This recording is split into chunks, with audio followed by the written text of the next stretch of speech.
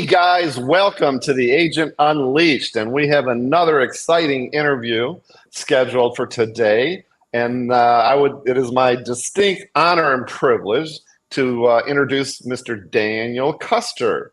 Mr. Custer is a graduate of Stanford University and the UC Hastings Law School. He practiced law in San Francisco for over 20 years before making a career change to mortgage banking, where he worked very successfully at all the major banks. And of course, this is how he had the privilege of meeting moi. And so he was one of the greatest mortgage bankers I ever worked with. Mr. Custer has also been participating in and leading self-esteem workshops since the 1980s, and he admits that it's a much more satisfying, enriching experience than either of his other careers. He is still frequently called upon his friends and family members to help them solve professional and personal problems by using the wonderful tools and skills that he's acquired in the area of self-improvement and self-actualization. Mr. Custer will never tell you what he thinks you should do, as he considers should a dirty word, but he will do his best to help you find your own answers. Dan Custer, welcome to the show. How are you doing? Thank you, Chris. It's very nice to be here. Absolutely. I'm really super excited. So Dan and I go way back. As I intimated earlier, Dan and I work together in the banking and real estate in San Francisco. But I'm just curious because I want to explain to everybody why the purpose of me bringing you on. But first, I have to ask you, you were a super successful attorney. How did you get into banking? Well, one day, Chris, I was sitting in court and I was listening to these lawyers drone on, and I thought, I'm so bored.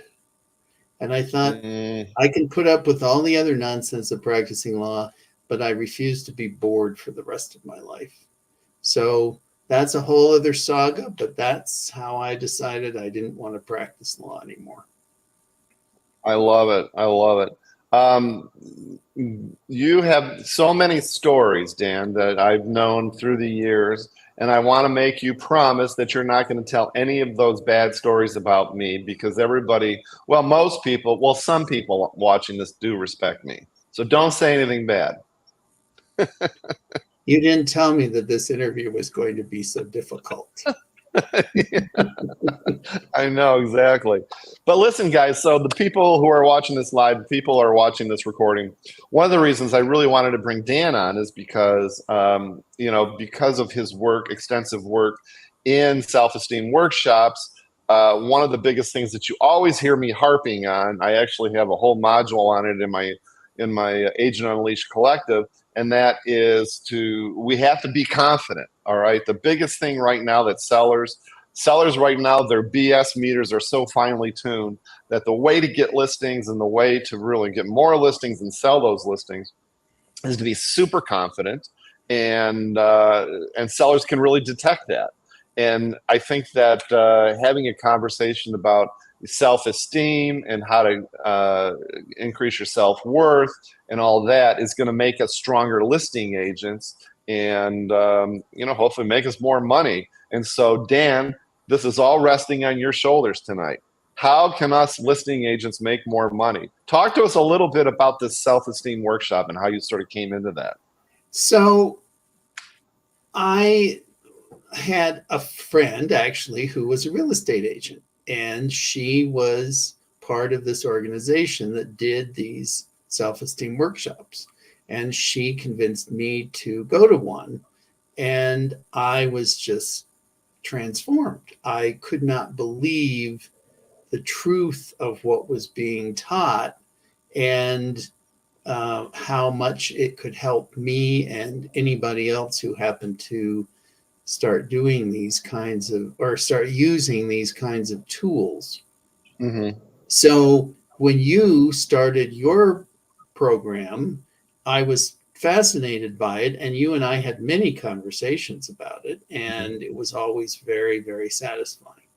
So I think these tools are good for everybody, not only professionally, but personally. And I think that for real estate agents who are in a very kind of a conflict business because you're constantly in an adversarial situation.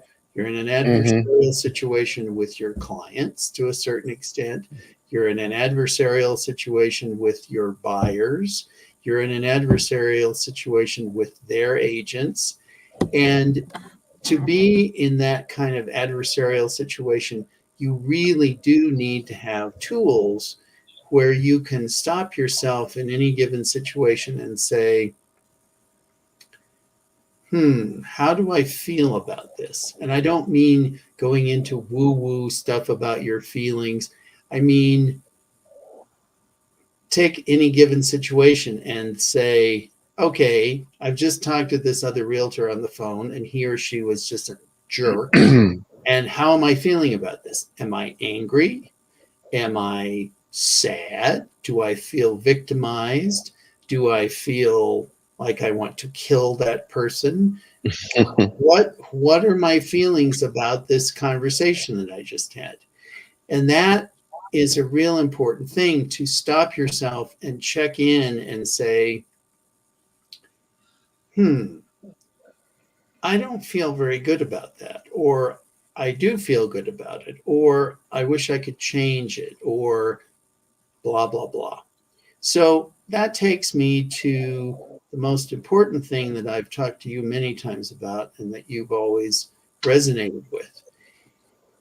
There are really three categories of how you're dealing with the world. The first is victim. Am I a victim? Lots of people are victims and they don't even realize they're being a victim. And that's one of those check-ins where you say to yourself, all right, I just had this conversation with this realtor and I feel like a victim because he or she is being a jerk and they're being mean and they're just not trying to find any solution.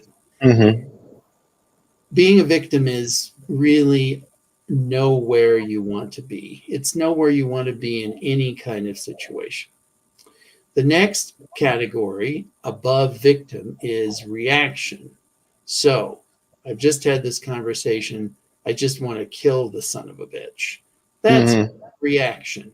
That doesn't get you anywhere, but it's a little bit better than victim. The third is action. Okay, the guy's a jerk. He's being difficult, but how can I find a way forward? What action can he and I take to get the situation resolved? If you think about it, everything in your life is sort of victim, reaction, action. Going back to when you were a kid, you had a miserable teacher and he or she was mean to you all the time. You were a victim.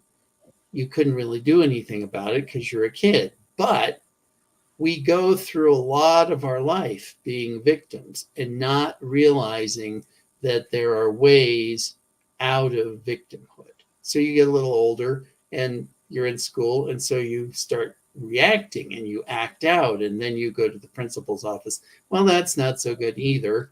And then if you're lucky, you figure out, okay, he's a jerk, but I'm just going to do my work and take care of things. Same way with parents. If you have an abusive parent or elder, you're a victim. When do you get out of that? Well, you go through your teenage years and you're constantly in reaction. And then if you're lucky, finally, as you get older, you move on to something beyond victim and reaction. So the thing that I really want to emphasize is in almost any situation that you have, whether it's with your business partner, whether it's with your domestic partner, whether it's with your spouse, whether it's in a professional situation, it's really a good habit to get into to just ask yourself in a situation, okay, am I being the victim here? Maybe. Or am I reacting here? Maybe. Or am I the one in the situation who is trying to figure out a way forward to solve whatever the problem is. So this is really interesting because the first thing that comes to mind I have so many questions around this, but the first question that comes to mind is, I'm sort of a passionate kind of guy. So if somebody triggers me, and I suspect a lot of people are like this, if you get triggered by your spouse or you're another real estate agent or whatever, my first reaction is one of anger. All right. And I feel this anger build up inside of me. And so how am I supposed to take that very strong emotion and set it aside and say, okay, and then and ask these questions? Am I being a victim? Am I being reactionary? That's really difficult, isn't it? Triggers are one of the biggest parts of all of this. And I'm really happy you brought it up, because that's not something you and I have talked about. Very often when you're in a situation and you get triggered by somebody, it's not even the situation itself that's triggering you. It may be that person reminds you of somebody who really pissed you off a long time ago. Right. And so, like my father. Yeah, absolutely. Or like my 7th grade teacher, or, and so again, the most important thing is to stop for 10 seconds and say, who does this person remind me of? Or what does this situation remind me of? So you may, Chris, have been in situations and all of a sudden you're basically in the same situation with just a different cast of characters, and all the emotion and all the anger and all the aggravation that came from the previous experience is bottled up, and okay, all of a sudden it's like a spark and somebody sets you off. So the thing to do is just say, I'm feeling really triggered right now, and what or whom does this remind me of? And lots of times you'll think, oh, wow, this really isn't about her or him. This is about something that happened with your father. So one of the things that you notice that I keep coming back to is checking in with yourself. Checking in with yourself to see how you feel about something. Checking in with yourself to figure out if you're a victim or you're reacting or you're actually taking control of the situation. And checking in with yourself to say, who or what does this situation remind me of that I'm having this big emotional response? So you really just have to just recognize it and stop, and like you said, take 10 seconds and just take a big deep breath and try to get out of the emotionals. Absolutely. And we never stop to take 10 seconds. 10 seconds is not very long, and you can sometimes do it in 5 seconds.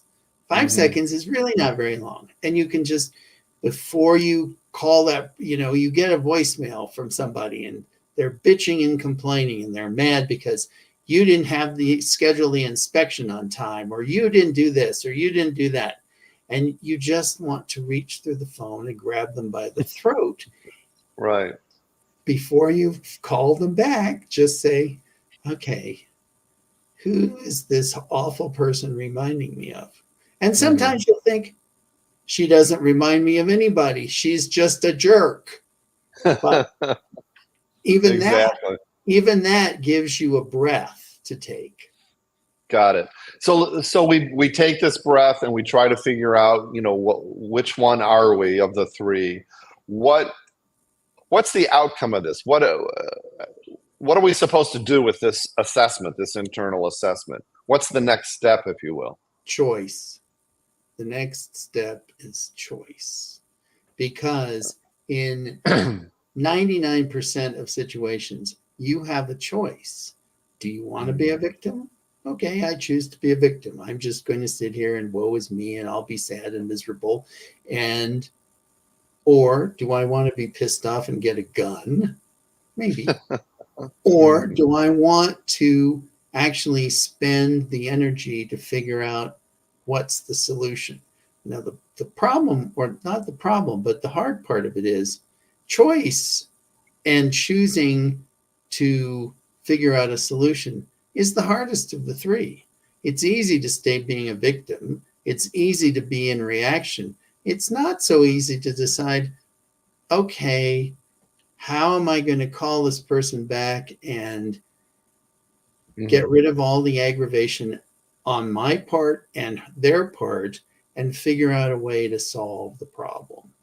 And for everybody who's listening, I just want to say that one of the reasons that I have always liked Chris so much is, as a realtor, and I worked with him on many deals, he was always the one who would figure out a solution. And lots of times the other person is either a victim or in reaction, and they would really like somebody to not react back and just give some suggestions about how can we move forward? What can we do together to solve the problem?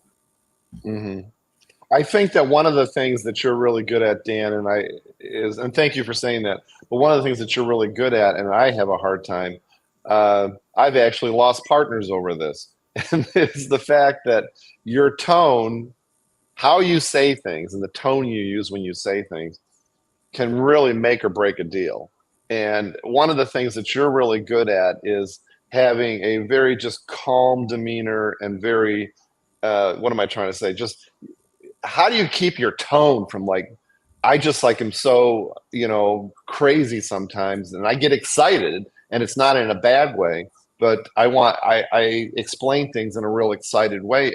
And some people think that I'm getting pissed off, and I'm not. So would you say that, how do you get your tone and being even keeled is really an important part of this? It's really important. And I learned it when I was practicing law because I had a wonderful mentor. And when I was first a lawyer, I would go to court, and going to court is a big deal. And one of the things that she always said is, just remind yourself to talk more slowly, because you become much, much more convincing and influential when you speak slowly rather than speaking fast. Because when you're speaking fast, first of all, you come across as being nervous. And so if you come across as being nervous, people think, well, he's nervous. What's he nervous about? Why is he crazed? Why is he a nutcase? Not to say you're a nutcase. Well, maybe, but you've called me worse. That's true. So that's, I think, and it's again going back to taking a breath, taking a second before you start having a conversation. And there are situations where, the conversation is going on, you don't have time, you're standing right in front of the person, but actually you do. Nobody's going to notice that you took 2 seconds to take a breath. And it's kind of reminds me of my piano teacher. She was about to do a recital, and she's an incredibly accomplished pianist, but she was doing this huge work, and there were 20 different pieces. And she likes to come to my house to do a run through of whatever her program is going to be. And after each piece, and each piece was very difficult, she would sigh. She'd go, and I'd said, you can't do that. I said, you can do it quietly, but you can't just let out this big sigh as if, oh, thank God that's over. Or, oh my God, I have to do another one. And so, but you do. And she said, well, I need to take a breath. I said, well, don't be so obvious about it. But you can take a breath and not be obvious about it. So, right. You're having a conversation and, pretend to sneeze or something, or tie your shoe before you move forward. But give yourself a break. Give yourself a minute to just, okay, All right, before I get engaged in this conversation, I need to recollect or collect myself. That's interesting. So again, there's that break. Take a break. Take It a seems break. to be it Take a seems the break, theme. check in. Take a break, check in. Take a break, Uh-huh. check in. Well, But okay. Go ahead. No, you go ahead. So, so you've done these self-esteem workshops, and I want to ask sort of a basic question. By doing these self-esteem workshops, and how does how do these three levels and what you're talking about have to do with self-esteem, and how does that have to do with confidence? Because I mentioned that at the top of the show. So, if you're a person who knows when he or she is feeling like a victim and you know how to get out of that, that's going to give you the self-confidence that you need. And knowing also that you don't have to be a victim, you don't have to be in reaction. You can choose, again, I love that word, you can choose to find a different path, although it'll be more work. And so, of course, because it's more work, we don't want to do it. We want, it's so much easier, as I said, to be a victim or to be in reaction than to spend the energy with somebody else or with yourself to find a solution. And speaking of real estate, you know the story of when I sold my house in California, and the realtor already, the listing agent already had a buyer when she had me sign the listing agreement. And I was pissed because she didn't tell me. So I said to her, I'm not sure I feel comfortable paying you the full 6% commission since you already had a buyer and you never told me. And she says, well, I never cut my commission. So I thought about it and I thought, okay, how can we resolve this problem? And I liked her very much. She was a great realtor. Well, in Alameda County, the seller pays a 1% transfer tax. Right. So I called her up and I said, Sally, I think I have a solution. I said, I don't want to pay the 1% transfer tax. I said, if you can figure out a way I don't have to do that, then I'm fine. She said, I'll get right back to you. So I don't know who paid the transfer tax, but I didn't. But the point of that story is she was a great person to work with because she liked the fact that I came up with a solution. She implemented the solution and everybody walked away happy. So, it's those kinds of situations. I think I'm just thinking and spitballing here, but it seems like a really good idea would be if you wanted to move yourself from victim or reactionary into finding a solution, that maybe bouncing that off a business partner or talking to another agent or talking to your boss or salesman is a way to sort of come up with a solution. Absolutely. And, everybody wants an immediate answer. We live in an age where if we don't know the answer to something, we Google it. Well, you can't Google how you're going to come up with a solution in real estate or in the legal community, but you get this voicemail, you have this conversation and you say, well, let me think about it, or let me see what I can come up with, or give me a little time and I'll get back to you. You can always do that. And, if you're dealing with somebody who's such a jerk that they don't even want to help you, then it's time to just say, okay, I'm done with you. My solution is I'm out of here, which is perfectly okay. It's so funny that you say that because as you're talking, I'm just thinking about times that, as in all professions, in real estate, you do run up against some people where the elevator doesn't go all the way to the top. And, it can be very difficult and frustrating and to deal with these kinds of people that aren't going to work with you. And maybe they're stuck in victimhood or reactionary, and they don't want to move up to let's solve this problem. And I think that's something that's probably the most difficult thing to do, is when you're working with somebody on the other side that just is a bozo. Well, and then what do you do? That's, you bring up a really good question. And I had situations with clients when I was a mortgage banker. I had certainly lots of situations with opposing counsel when I was a lawyer.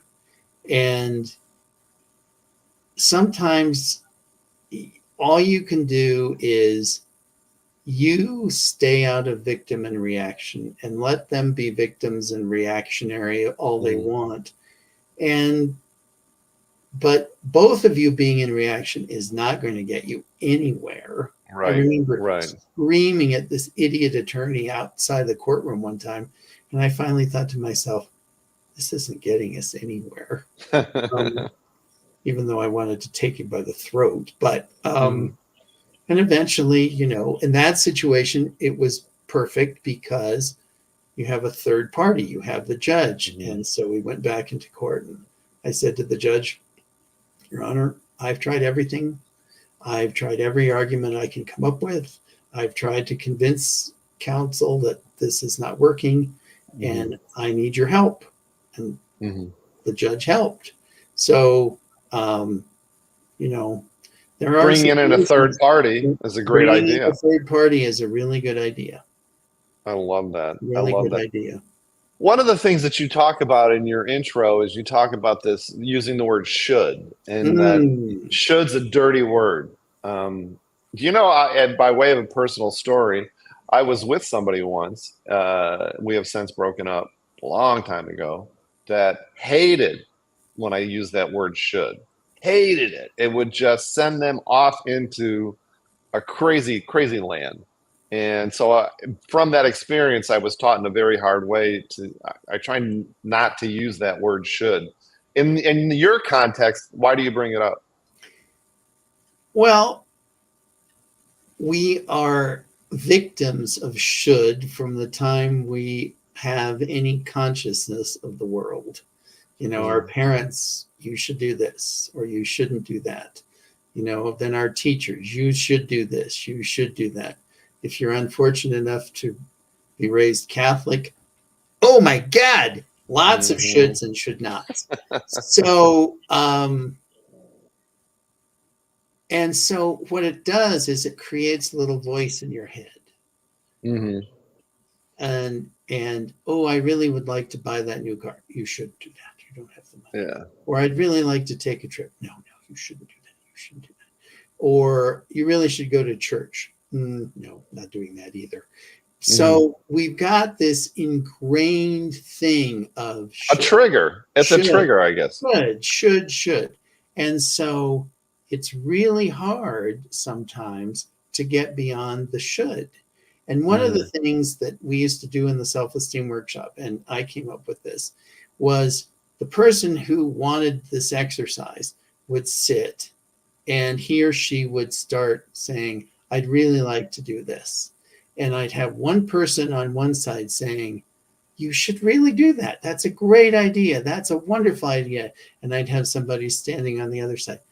That's a terrible idea. You shouldn't do that. You can't do that. That'll never work. Blah, blah, blah. So you've got this positive and this negative voice going on all the time. And so that's another time to say to yourself, which of the two voices am I hearing? Am I hearing I shouldn't? Or am I hearing, oh, that's a really good idea? I love that. That's great. That is great. Well, again, I really like this a lot because I think this whole conversation really makes us a better real estate agent, makes us a better professional. And really, like, Dan said earlier, this is our job. Our job is to solve problems. And I like the fact that you say that you can't solve problems from victimhood or reactionary. And that's really what our job is. And I really appreciate this. One of the questions I always sort of like to wrap up, Dan, and I'm almost hesitant to ask you this question. Is And it that time for is me to do this, Chris? exactly. What advice would you give to somebody who is just starting out in the real estate industry? So I think based on my experience of, changing careers sort of later in life, Hmm. don't wait too long. If you don't like it, don't keep doing it. Don't keep doing something you don't like because you should. If you do Mm, like it, then work hard to come up with lots of tools and ways that will make you a better real estate agent, but also a better person. You mm, don't want to be the real estate person that has the reputation in the community. Oh, he or she makes a lot of money, but they're such jerks. You don't want to be hmm, that person. You hmm. want to have a reputation like Chris does of, I love working with Chris because he's always solution oriented. And Mm. so that would be my two-pronged advice. Don't do it if you don't keep doing it if you don't like it or if it becomes too hard. But Mhm. if you want to do it, but keep working on making yourself a better agent, but at the same time making yourself a better person. I love that. That is absolutely great advice. And the only thing that I take issue with is the fact too that you didn't mention how handsome and charming I am. Never crossed my mind.